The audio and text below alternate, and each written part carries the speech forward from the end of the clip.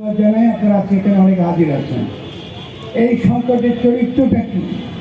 এই সংকটের চরিত্র হয়েছে এই যে 5ই অগাস্টে আমরা একটা ফ্যাসিস্ট শক্তিকে ক্ষমতা থেকে উৎখাত করার পরও আমরা সমাজ থেকে ফ্যাসিস্ট শক্তিকে পুরোপুরি নির্মূল করতে পারি নাই। প্রথম কথা হচ্ছে এটা। 2 নম্বর হচ্ছে এই ফ্যাসিবাদের নানান রূপ আছে।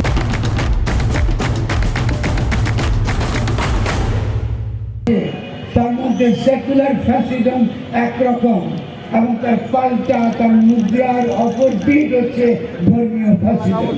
ধর্মের নামে অপরের অধিকার হরণ করা, ধর্মের নামে অপরকে হত্যা করা, হত্যার ঘোষণা দেওয়া, ধর্মের নামে অপরকে অত্যাচার নির্যাতন করা।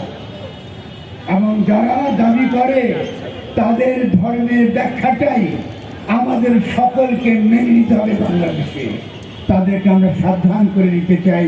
5ই অগাস্টের পরিণতি খেয়াল করবেন। আপনারা যদি মনে করেন যে ফরহাদ মাজারকে মৃত্যুদণ্ড দিলে আপনারা এই বাংলাদেশের গরিব মানুষ, বাংলাদেশের প্রান্তিক মানুষ, সারা কোটি কোটি মানুষের উপর আপনাদের আধিপত্য আপনারা বিস্তার করতে পারবেন, এই বাংলাদেশের জনগণ এটা মেনে নেবে না, এটা আমরা মেনে নিব না। এবং যারা এই অত্যন্ত তুচ্ছ একটি ঘটনাকে কেন্দ্র করে আজকে এত বড় জটিলতা তৈরি করেছে, তাদেরকে বাংলাদেশের জনগণ যেমন করে শেখ হাসিনাকে শাস্তি দিয়ে বিদায় করেছে, এই দেশের জনগণকেও এই দেশ থেকে কি করে মোকাবেলা করতে হয় আমরা জানি। ধর্মের কথা বলবেন না, আপনারা কেউ ধর্মের অন্তর্গত নন। আপনারা আমার নবীর যে মহিমা, তার যে ক্ষমার যে গুণ, তার যে ঔদার্য, ইসলামের যে সৌন্দর্য, ইসলামের যে সহনশীলতা, এই সমস্ত কিছু থেকে আপনারা বিচ্যুত হয়ে আপনারা নিজেরা ধর্ম বিরোধী, ইসলাম বিরোধী শক্তি আকারে বাংলাদেশে হাজির হয়েছেন। কারণ আপনারা এই দেশটাকে ধ্বংস করতে চান, এই দেশের জনগণকে ধ্বংস করতে চান। আজকে আমাদের সমস্যা খাওয়ার সমস্যা, পানির সমস্যা, আজকে আমাদের সমস্যা অর্থনৈতিক সমস্যা, বিনিয়োগের সমস্যা, সুশাসনের সমস্যা, ন্যায় বিচার পাওয়ার সমস্যা।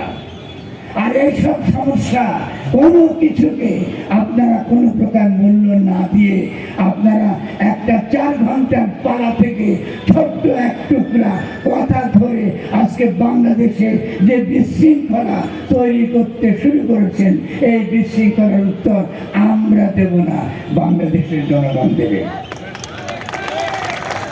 আমরা পরিষ্কার বলতে চাই, কিছু তথ্য আপনাদেরকে জানাতে চাই।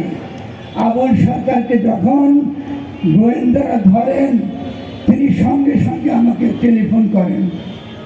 গোয়েন্দারা আমি জিজ্ঞাসা করি কেন আপনাকে গ্রেফতার করছে, তারা বলছেন তারা একটা ক্লিপ দেখিয়ে বলতেছে আমাকে লোকজন ওখানে এসে পিটিয়ে হত্যা করা হবে। আমি গোয়েন্দাদের সঙ্গে সঙ্গে বলেছি আপনি তাকে রক্ষা করছেন, এটা খুবই ভালো, আমরা আপনাদের প্রতি কৃতজ্ঞ। কিন্তু আপনাকে অনুরোধ করবো, আপনাদেরকে অনুরোধ করবো, এখানে কোনো মামলা হয় না, এটা একটা নাটক, পালামানি নাটক। কবিরা নাটক করে জনগণকে বোঝাবার জন্য, বিভিন্নভাবে তারা নাটক করে। ধর্মতত্ত্বের মধ্যে যে দর্শনের কথা থাকে, যে গভীর মর্মবাণী থাকে, সেই কথাটাকে কোরআনের মধ্যে, হাদিসের মধ্যে যেভাবে থাকে, সাধারণ মানুষের কাছে সহজভাবে বোঝানোর জন্য তারা নাটক করে কথাগুলো হাজির করে। এটাকে বলে পালা গান, অনেকে বলে কাটান গান, অনেকে বলে তর্ক গান, অনেকে বলে কবিয়ার গান। এটা আমাদের দেশে 1000 বছর থেকে চলছে, নতুন কিছু না।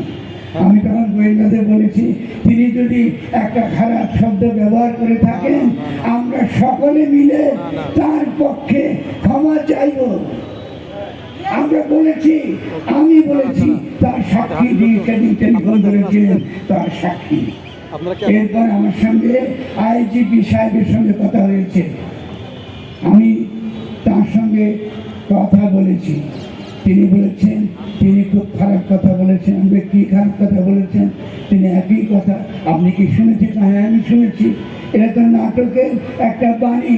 যদি আপনাদের কথা ধরতে হয় তাহলে নজরুল ইসলামকে কবর থেকে তুলে আবার ফাঁসি দিতে হবে। আপনারা এগুলো করে বেড়াচ্ছেন, এইভাবে আপনার রাষ্ট্র রক্ষা করবেন? এটা তারা করেছেন। তারপরে তাকে বলেছি আপনারা মামলা দিয়ে ঠিক করেন নাই। আমি এরপরে স্বরাষ্ট্র উপদেষ্টার সঙ্গে দেখা করেছি।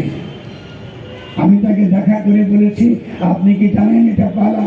আমার সঙ্গে রুমেল ছিলেন, আমার সঙ্গে আমাদের আলেমা ছিলেন। তিনি বলেছেন আমি জানি, আমি গ্রামে এটা শুনেছি, এটা সবসময় হয়। তো তাহলে উনি কি অপরাধ করেছেন? একটা নাটকে অভিনয় করলে সে অভিনয় কি অপরাধ করেছে? তারপরেও আমরা বারবার বলেছি, আমি বারবার বলেছি যে সকলের কাছে আমরা সব বাউলরা করজোরে ক্ষমা প্রার্থনা করতে রাজি যদি ভাষাটা আপনাদের মনে আঘাত লেগে থাকে। কারণ আমরাও এই আপনাদের সঙ্গে তো আছি। এটা আমাদের দেশ, এটা আমাদের রাষ্ট্র, এটাকে গঠন করতে হবে। কিন্তু তারপরেও তারা এই মামলা করেছেন, তাকে জেনে নিয়েছেন, তারপরেও তারা রাস্তায় নামছেন। আমাকে মৃত্যুদণ্ড দিয়েছেন, আবুল সরকারকে মৃত্যুদণ্ড দিয়েছেন। ভাইয়েরা, বোনেরা, আজকে আমার দাড়ি তারা ছেঁটে ফেলতে চান।